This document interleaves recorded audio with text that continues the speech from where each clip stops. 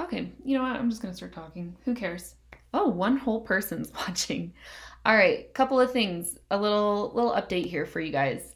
This is all housekeeping stuff. The first thing I want to point out is that there's no book review this quarter. I'm not going to make you do a book review.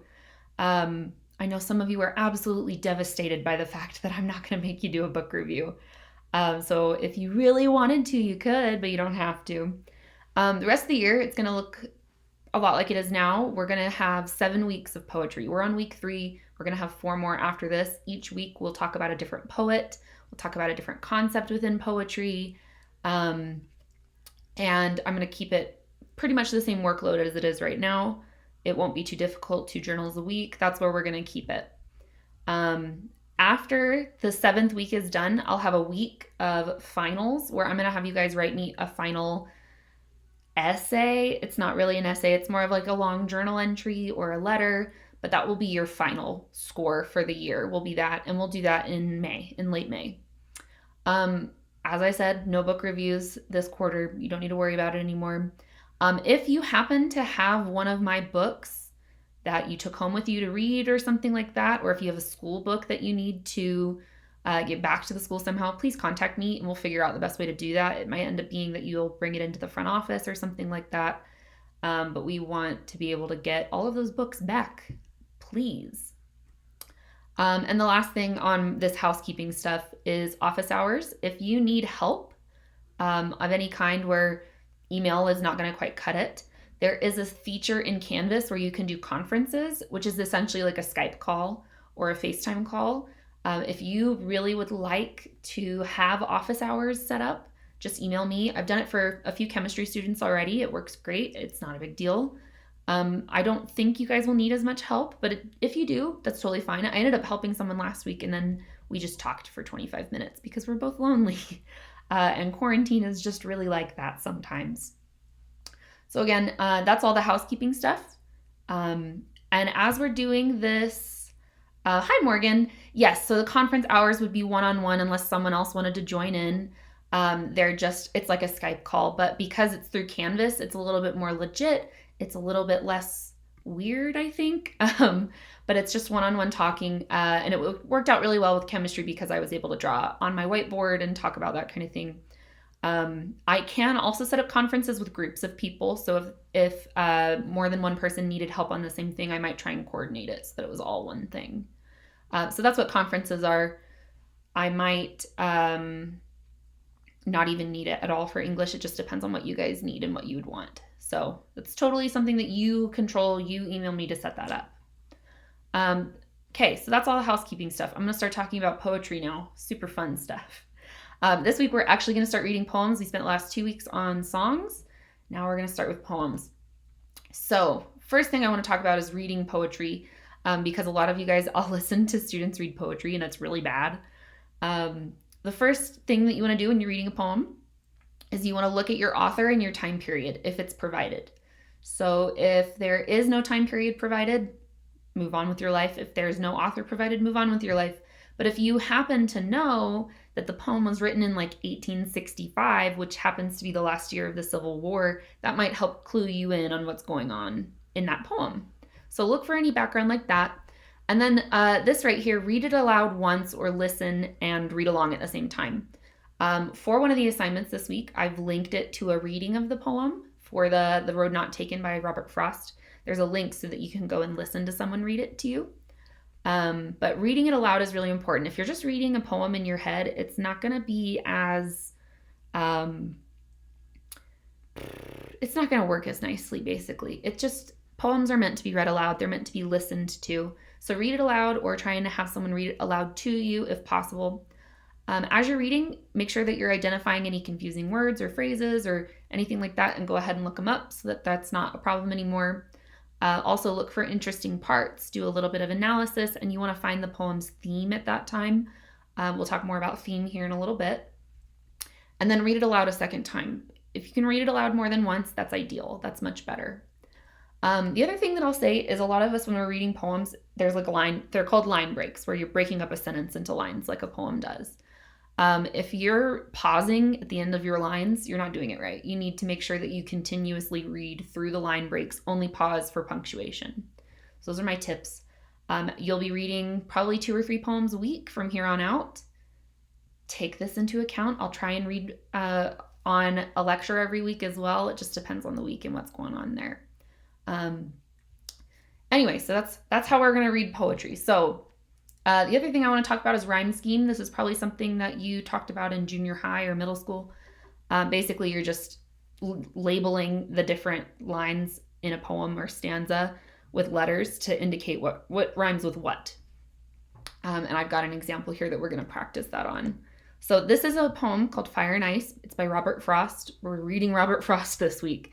Robert Frost was a dude who was from New England, so northeastern part of the country, Maine, New York, Vermont, that area. And he lived from, I believe, the 1880s to the 1960s. And a lot of his poetry centered around nature, and it's really lovely stuff. I find that students have an easy time with Robert Frost. They tend to understand him. He's not too deep or weird or anything. And this poem, Fire and Ice, is featured in the Twilight movies. So if it sounds familiar, maybe that's where you've heard it from. But I like it because it's a good poem. So we're going to read this here. I'm going to read it aloud. It starts, so okay. I wish I was teaching in real life. Some say the world will end in fire, some say in ice. From what I've tasted of desire, I hold with those who favor fire. But if I had to perish twice, I think I know enough of hate to say that for destruction, ice is also great and would suffice.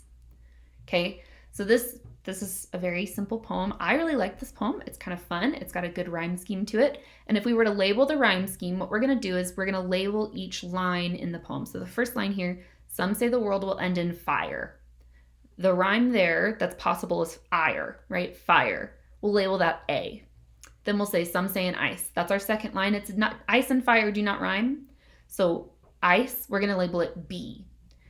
And then the next line, from what I've tasted of desire. Well, desire and fire, they rhyme. So we're going to label that one A.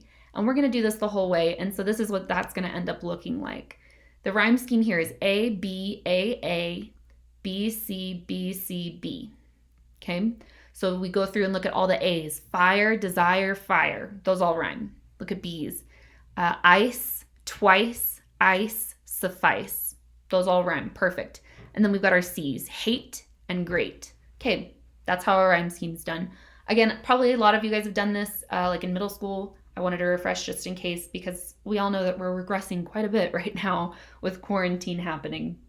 So that's Fire and Ice by Robert Frost. This week, you'll be reading a very famous poem called The Road Not Taken. You might have read it before.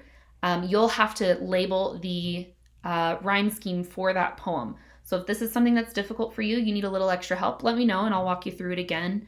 Or I can give you some practice or examples or anything like that. We'll work it out. But for the most part, you're just labeling what rhymes with what.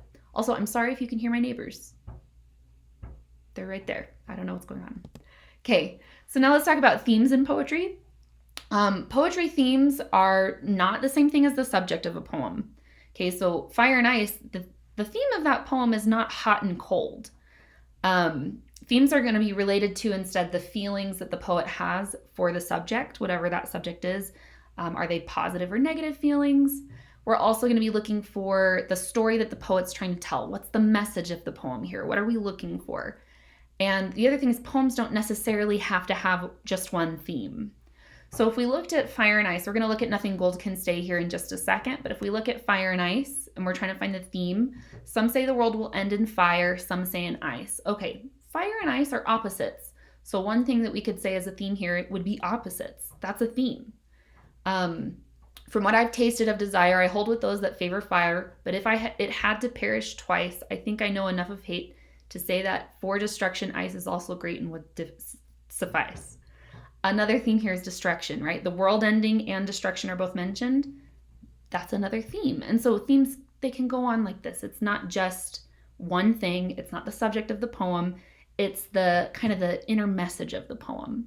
It's easier to find theme than you think. You'll be required to find themes in another poem coming up this week by yourself, but it's multiple choice. You should be okay. So now let's take a look at this poem called Nothing Gold Can Stay by Robert Frost.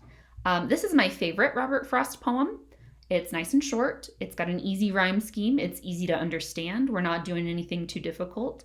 And so we're going to read this one. I'm going to read it to you. I'm going to find the rhyme scheme of this one, and I'm going to talk about different themes in this poem.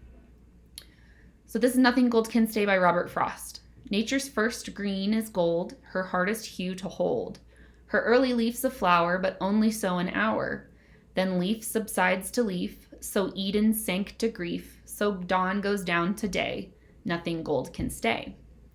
Okay, so first let's talk about rhyme scheme. Let's go through gold and hold. That would be AA, flower, hour, BB, leaf, grief, CC, day, stay, DD. So AA, BB, CC, DD. That's the rhyme scheme on this one. Now let's talk about theme here. We want to go through and we want to kind of see if we understand what the poem's saying. And poetry sometimes can be hard in this way. So let's look at these first two lines, which are one sentence, so it works out. Nature's first green is gold, her hardest hue to hold. Okay, so nature is being personified here. We're treating it like it's a person. And nature's first green. Okay, think to yourself, what is nature's first green? What would that mean? I'll tell you here in just one second. Basically, what we're talking about here is springtime, right? So if nature is first turning green, the first time nature's green in the year would be during springtime. If you look out your windows right now, the trees are starting to get that little dusting of green all over them. So nature's first green is gold, her hardest hue to hold. Okay, so nature's gonna be green, it's springtime. That's one of the things going on in this poem. Next two lines here. Her early leaf's a flower, but only so an hour. Okay, maybe that's summer, right? So we've gone spring, the first green, and then she's got a flower, but the flower is not going to stick around. But only so an hour. That means it's going to disappear after an hour. Then leaf subsides to leaf. Okay, subside means to disappear or to lessen. Okay, so think about in nature, leaves subsiding or lessening. We could be talking about autumn and the leaves falling off the trees. And then we talk here, so Eden sank to grief. This is an illusion. Okay, if you remember illusion from last week, which hopefully you do. Eden is the place in the Bible where the first two humans, Adam and Eve, lived. And it was supposed to be this wonderful place, but then Adam and Eve were kicked out of the garden and it was no longer this lovely place. So the leaf subsides to leaf, fall happens, just like, so Eden sank to grief, just like how Eden no longer was this wonderful, perfect place. So dawn goes down to day, so the sun sets, nothing gold can stay. So he's comparing here, we've gone spring, summer, fall. Also remember in the Bible how this horrible thing happened. Also know how the sun sets every day. Nothing gold can stay.